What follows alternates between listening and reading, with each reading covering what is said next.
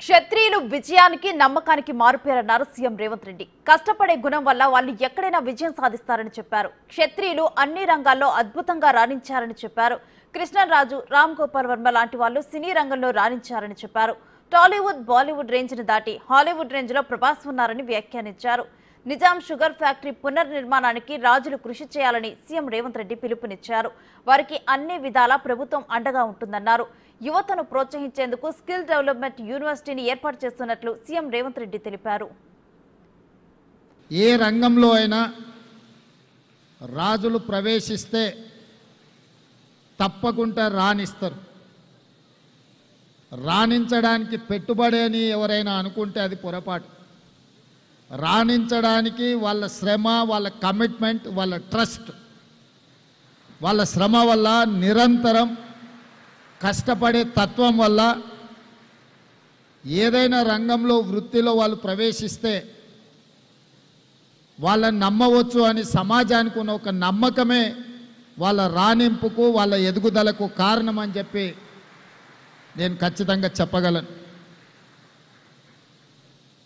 సినీ రంగం గురించి చెప్పాలి అంటే కృష్ణంరాజు గారి పేరు ప్రస్తావించకుండా సినిమా రంగంని మనం ప్రస్తావించలేం. తర్వాతి తరంలో టాలీవుడ్ నుంచి బాలీవుడ్ వరకు రాణించింది రామ్ గోపాల్ వర్మ గారు. నాకు అత్యంత మంచి మిత్రుడు. అదేవిధంగా ఈరోజు హాలీవుడ్తో పోటీ పడగలిగిన,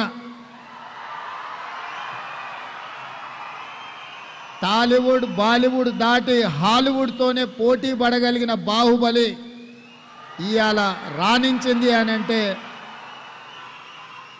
ప్రభాస్ లేకుండా ఆ పాత్రను ఊహించలేము.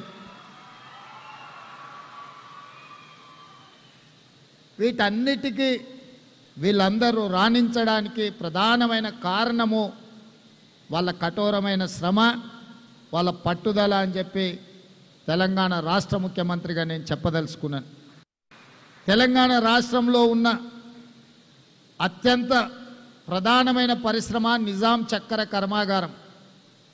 ఇవాళ నిజాం షుగర్ ఫ్యాక్టరీ కూడా ఒక రాజుగారి చేతిలో ఉంది.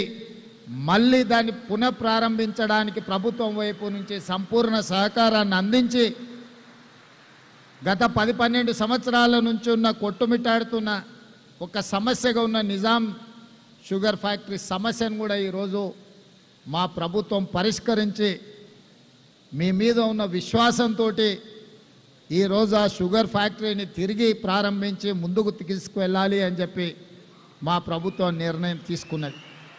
ఈరోజు యంగ్ ఇండియా స్కిల్ యూనివర్సిటీ ఒక నూతన విధానాన్ని ఈరోజు తెలంగాణ రాష్ట్ర ప్రభుత్వం ప్రవేశపెట్టింది. మధ్యకాలంలో ప్రపంచంలో తిరిగిన ప్రతి దేశంలో కూడా యంగ్ ఇండియా స్కిల్ యూనివర్సిటీని మేము చెప్పడం జరిగింది. లక్షలాది మంది తెలంగాణ నిరుద్యోగ యువకులకు నైపుణ్యాన్ని నేర్పించి ఉద్యోగ ఉపాధి అవకాశాలు కల్పించాలన్న ఆలోచనతోని యంగ్ ఇండియా స్కిల్ యూనివర్సిటీని తెలంగాణ రాష్ట్ర ప్రభుత్వం ప్రారంభించింది.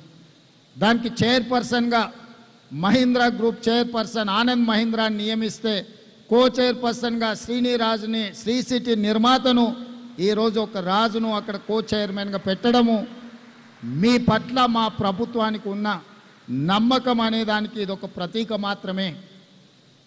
ఈరోజు యంగ్ ఇండియా స్కిల్